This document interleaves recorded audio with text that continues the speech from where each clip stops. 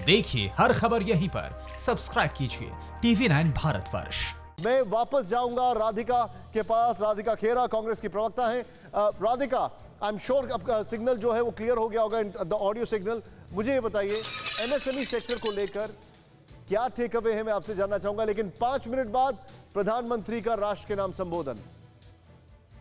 5 minute बाद। I am sorry, Radhika की आवाज अभी तक नहीं आ रही है, लेकिन मैं एक क्विक रिएक्शन यहां पर लेना चाहूंगा, जो काफी समय तक सरकार को कवर करते रहे। अभिषेक, आवाज राधिका की हमारे तक नहीं आ पा रही, मैं चाहूंगा इसको तुरंत दुरुस्त किया जाए। अभिषेक, अलग अलग सेक्टर्स की अगर बात की जाए, नौकरियां तो नहीं जा रही हैं लेकिन तनख्वाहें नहीं मिल रही हैं। ये चिकन एंड एग सिचुएशन है। अंडा पहले आया, मुर्गी पहले आई, और कौन पहले जाएगा?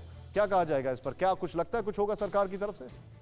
देखिए, ये सरकार की ओर से लगातार ये बाकायदा इस गाइडलाइंस दी गई है कि किसी भी सूरत में नौकरियां ना ली जाएं इस दौर में, लेकिन ऐसा हो नहीं रहा है। बहुत जगहों पर ऐसा भी हुआ है निशांत की नौकरियां एकदम से नहीं ली गई, लेकिन तनख्वाहें आधी कर दी गई हैं। कई जगहों से कई क्षेत्रों से ऐसी बातें सामने आई हैं। अब उसमें दो बातें हैं। एक तो ये कि इंडस्ट्री ये कह रही है कि हमको भरपाई कर दीजिए, हमको एक पैकेज दीजिए, ये जो बीच का समय है इसके लिए हमको एक पैकेज दे दीजिए, हम उस पैकेज से इन सब चीज़ों को कंपनसेट कर देंगे। ये जो पैकेज है, इसी पैकेज को आप जब और इनलार्ज करेंगे और बड़ा करेंगे तो ये पैकेज जाता है राज्यों के स्तर पर जाता है। ये पैकेज मजदूरों को कवर करता है, ये पैकेज छोटे और मझोले उद्योगों को कवर करता है। बता रहे काफी वैलिड पॉइंट है ना। Afraid I have to interject you.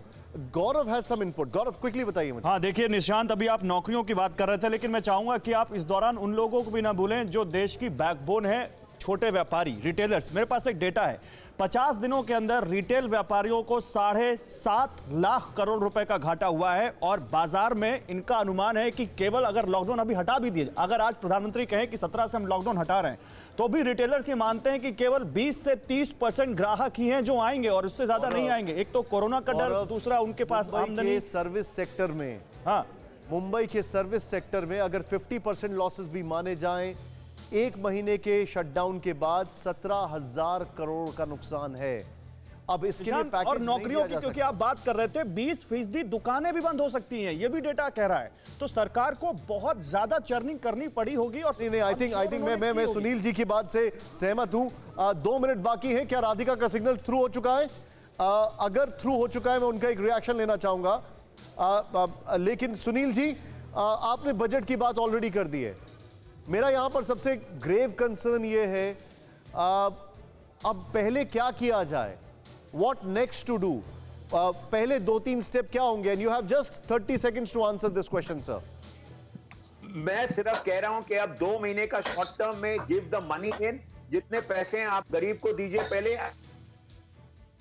Agriculture ये आप 4,000 बढ़ा दीजिए। जो लोग वापस जा रहे हैं वो छोड़ के अगर अपना काम कर रहे हैं, सोच रहे हैं कि पैसे मिलेंगे। सर, की एरिया क्या है आपके हिसाब से? तो है तो हम घर जाके करेंगे। कौन सा एरिया फोकस एरिया होगा? फिर उसके बाद डिमांड जनरेट कीजिए और फिर इंडस्ट्री का ख्याल रखिए। सर, फोकस एरिया क्या है? तो मैं प्रायोरिटी दे रहा हूं। एग्रीकल्चर प्रायोरिटी बिल्कुल। एमएसएमई, मैंने बता दिया। एमएसएमई सर्विस, आपके हिसाब से फोकस एरिया कौन सा होगा?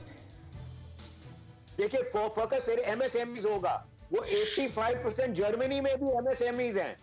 MSMEs will be the focus. Industry will come last, if you ask me. जो प्रायोरिटी है वो मैंने लेआउट कर दिया है। पहले गरीब को दीजिए पैसे, उसके बाद MSMEs को हेल्प करिए, फिर डिमांड जनरेट कीजिए, फिर इंडस्ट्री को दीजिए। Point noted. परवाह देश की, सोमवार से शुक्रवार रात 10 बजे TV9 भारतवर्ष पर।